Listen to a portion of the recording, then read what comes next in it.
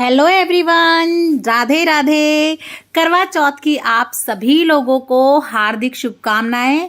और आज की इस वीडियो में हम लोग देखेंगे कि करवा चौथ पूजा में चंद्रमा की पूजा कैसे की जाती है, चंद्रमा को अर्घ कैसे देना है और भूल कर भी हमें अर्घ देते समय क्या गलती नहीं करनी चाहिए। इसीलिए आप वीडियो को बिना स्किप करे एंड तक जरूर देखिएगा। और अगर आपको वीडियो पसंद आए, यूजफुल लगे तो ज्यादा से ज्यादा शेयर कीजिएगा अपने फ्रेंड्स एंड फैमिली के साथ। तो देखिए, एक कमेंट बहुत ज्यादा आ रहा है तो मैं पहले उसका आंसर दे देती हूँ। बहुत सारे लोग पूछ रहे हैं कि सूरज को कौन से करवे से अर्घ देना है, और हम तो सूर्य को अर्घ दे देते हैं तो फिर चंद्रमा को अर्घ कैसे देंगे।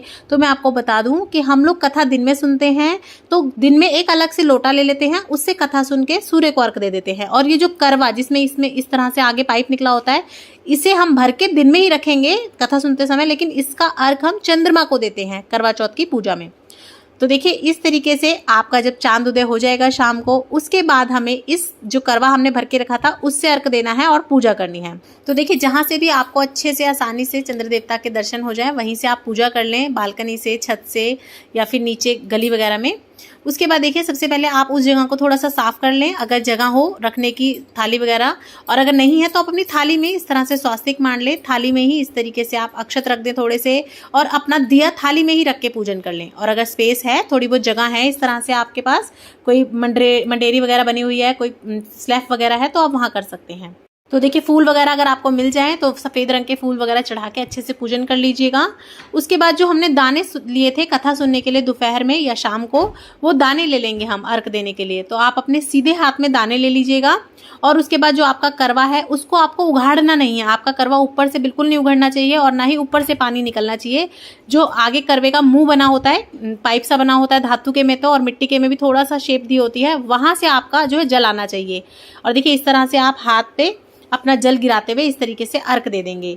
और आपको एकदम से बहुत सारा जो है ना अर्घ नहीं देना, उससे आपका जो है ऊपर से भी अर्घ निकलेगा। आपको धीरे धीरे उसी पाइप में से या उसी छेक में से ही अर्घ देना है पूरा। और इस तरीके से आप धीरे धीरे अर्घ देते रहें अपने हाथ पे से। और हो सके तो आप चांदी का छल्ला पहन ले हाथ में, और अर्घ देते देते आप बोलेंगे, हरे बास की छाबड़ी गल मोतियन को हार, चांद सूरज को अर्घ देऊं जिये मेरे भाई भरतार, आग तले मेरे सास रे ढाक तले नंदसार, पीहर सासरो ऐसो बसे जैसे हो किड़नाल। जिस तरह से कीड़ी का घर, यानी कि इतनी सारी कीड़ियां हो जाती है ना, उसी तरह से मेरा पीहर और सासरा इसी तरह से बसे। आपको इस तरह से बोलना है। उसके बाद आपने जहाँ अर्घ दिया है उसे अपने पल्ले से इस तरह से चुचकार लें, यानी कि उसे इस तरीके से प्रणाम कर लें। उसके बाद आप छलनी ले लें, जो आपने छलनी ली होगी, और उसमें दिया रख के सबसे पहले आपको चंद्रमा के दर्शन करने हैं अपनी छलनी में से। और फिर उसके बाद आपको अपने पति को देखना है, इसी छलनी में से देखना है आपको। और आप छलनी प्लास्टिक की मत लीजिएगा, वरना वो जल जाती है दिए की लौ से। उसके बाद आप आरती उतार लें, तो चंद्रमा की आरती उतार लें पहले, फिर आप अपने पति की उतार लें। और इस तरीके से तिलक कर दें, पहले चंद्रमा को छींटा दे दे तिलक का, फिर अपने पति को इस तरह से तिलक कर दें।